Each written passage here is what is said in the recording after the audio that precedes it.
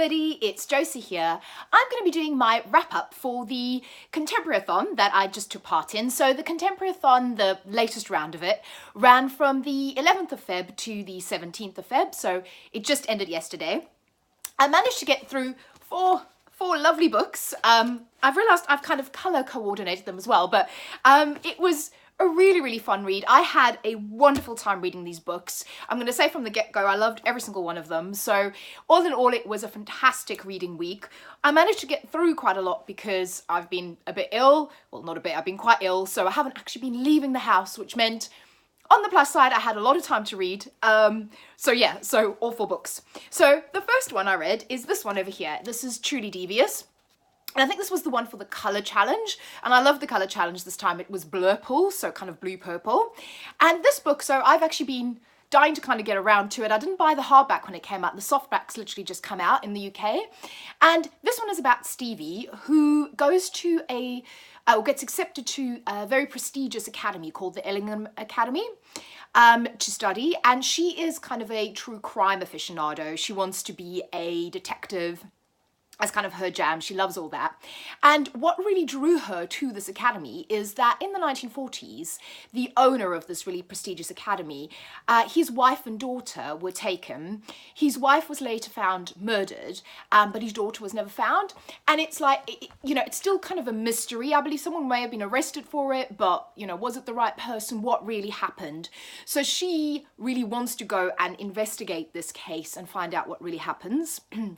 What I loved about the book, besides kind of that element, is then you have a modern day element, because Truly Devious, there was a letter received signed Truly Devious, may be back. So there was a modern day mystery. You got elements from the 1940s. Also, I love anything kind of boarding school based. So the characters at this boarding school are all a bit strange and odd, which I really liked. And all in all, it's a really fun read. I will warn you that once you've read this one, you kind of will have to read the second one because it ends on a cliffhanger. So if you don't like cliffhanger books, don't read it. But other than that, it was a fun read. I really enjoyed it. And I gave this 4 out of 5 stars because I had a lot of fun. The next one is this one over here. It's On the Come Up by Angie Thomas. Now, I've done another kind of a full review video on this one, so I won't go into too much detail. I'll put that full review video up as well. But this is the kind of the follow-up book to Angie Thomas's The Hate You Give, which was a huge hit, and it was an incredibly moving and amazing book, and it was one of my top 10 books of the year last year. And this is kind of her next novel. It's not a sequel. It is set in the same kind of area, and they do make a brief reference to the riots and what happened in The Hate You Give, but you don't have to have read The Hate You Give to enjoy this book. What this one is primarily about Bree. She's our protagonist, and she wants to be a rapper, a female kind of hip-hop rap star. And it's about her kind of what she wants to do, her life, her journey. Her father was a rap star who was murdered when she was young. So it also talks about the struggles her mother had and her brother and the family have had as a consequence of that. It talks so eloquently about race and about how race relations are still nowhere near where they should be, how she's still subject to racism. And what I love about this book is it plays with perception as well, is how do you perceive people from, where they come from, who they are, what colour they are, and also really feminist. I think someone described this as feminist as fuck, which is fantastic because it really kind of delves into that concept of female rappers as well, even though there's tons of amazing, wonderful Missy Elliott, Lil' Kim, Cardi B, there's loads of amazing female rappers, but still she's kind of looked down upon as being a female rapper. So I really loved this. I think a lot of people thought that Bree was not so likable. I like that about her. I like kind of fucked up characters. I like characters that aren't necessarily sugar sweet and instantly likable. And I really love this book. So I gave this 4, maybe bordering even on 4.5 stars. And can we talk about this gorgeous cover? So this is the Waterstones exclusive cover, and it's gorgeous, and it's got purple sprayed edges.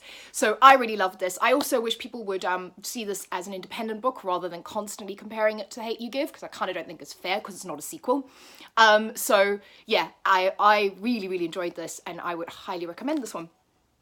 And the next one that I really enjoyed and highly recommend, highly, highly recommend, is this lovely book over here. It is The Serpent King by Jeff Zettner. Now, this has been sitting on kind of my TBR shelf for ages because I bought it when I read the synopsis originally, and it has my all-time favorite tropes in it. It's about friendship.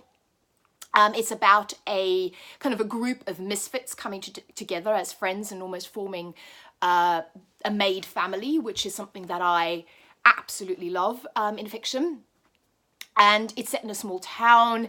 It's about the struggles of being who you are, you know, overcoming your past, overcoming preconceptions. So the main character is called Dill, and his father was a preacher in this town, and his father's been sent to jail.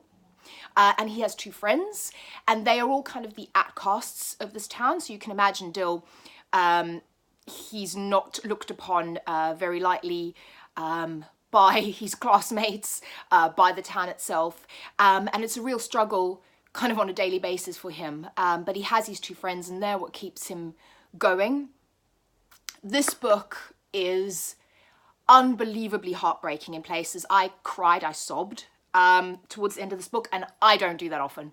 I'm not really much of a crier. This book made me cry.